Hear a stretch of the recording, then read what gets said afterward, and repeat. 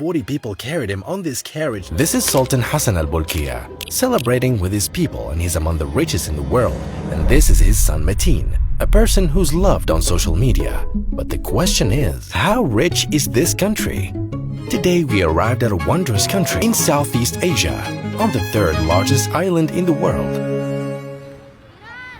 Okay guys, come and let me show you this palace. It's called Nurul Imam Palace. Yes, you can take pictures of the Sultan's palace, an unusual palace, you won't see it anywhere else. It costs a whopping $1.4 billion and it's the official residence of the Sultan and his family. It sits on an area of 200,000 square meters with 1,788 rooms, a dinner hall that can host 5,000 guests, and a mosque that can take 1,500 people, and the garage that can take 110 cars. This is a museum of the royal family. This carriage is covered in gold. This is the Golden Sultan carriage. When he was crowned as a sultan, the one existing now, more than 40 people carried him on this carriage. Just imagine, it was a show of gold. It was. Look at the tiger heads. All golden. It's circled, you can't pass through this line. This country is so calm and peaceful, almost empty. It feels like the most calm country in the world. Okay guys, come with me. It's the mosque with the golden dome, Sultan Omar Ali Mosque. The father of the current sultan. The dome is covered with pure gold leaves. These chandeliers are brought from England. And the finest Italian marble. It's an icon when you see the river next to it, the frame and a floating village next to it, and the city here, the civilization. You'll see the beauty of the mosque. I don't know how I feel. It was built in 1958. The language here resembles Malay, but the accent is different. Welcome to one of the largest, most luxurious hotels in Asia. It's called the Empire. An empire. It has 360 rooms. It's not a regular hotel. In year 2000, it became a residential hotel. This hotel used to host all of the world's presidents, and it has a view of the South China Sea, an area which we told you is the most dangerous in the world. It runs along the coast of the South China Sea. The Empire. It has 9 pools and the largest, most luxurious cinema wing. It's 660 square meters large. How many escalators? This is the third. Till now, imagine. It feels like a mall.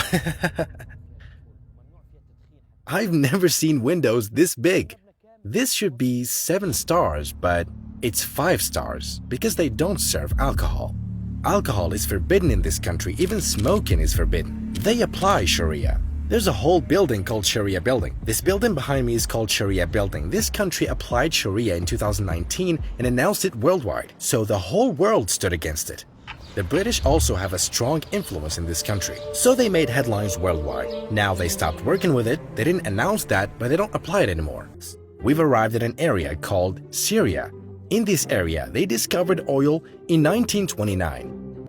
Do you know Shell of gas stations? A company of oil. It's a British company.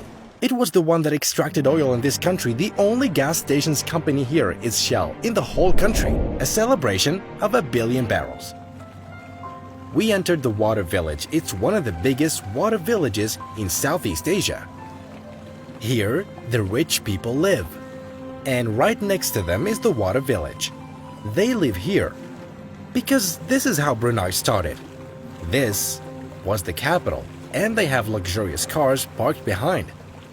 A water city in one of the richest countries in the world, Brunei.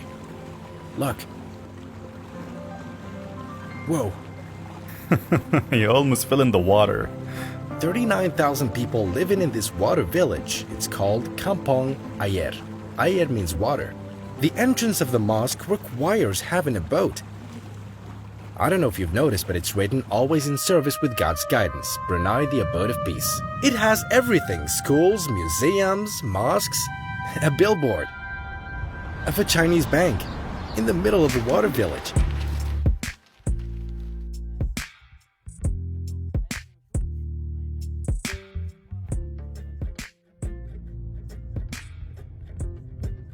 Guys, we'll try a meal called nasi katok. It's very famous in Brunei, nasi katok. It's chicken with rice. You saw how they made it inside. It's one of the most delicious meals in Brunei. And it looks mouth-watering. If you see the chicken, it looks like KFC, but local. Nasi means rice, katok, which means they used to knock on doors. Knocking on doors. Tok tok. Knock knock. Allah. Nasi katok. Mouth-watering. Mouth-watering. In the name of Allah, one of the most delicious meals in Brunei.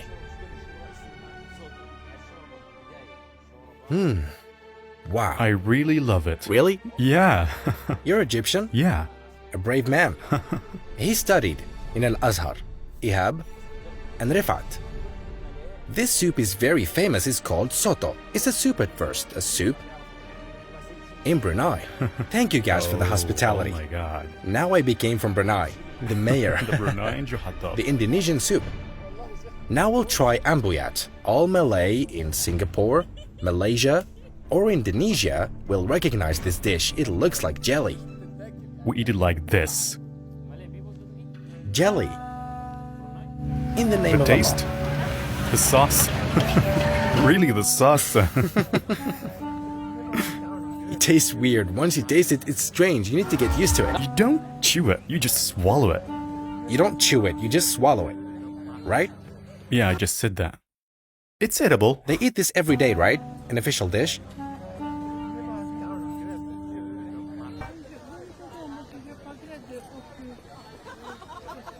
Peace be upon you.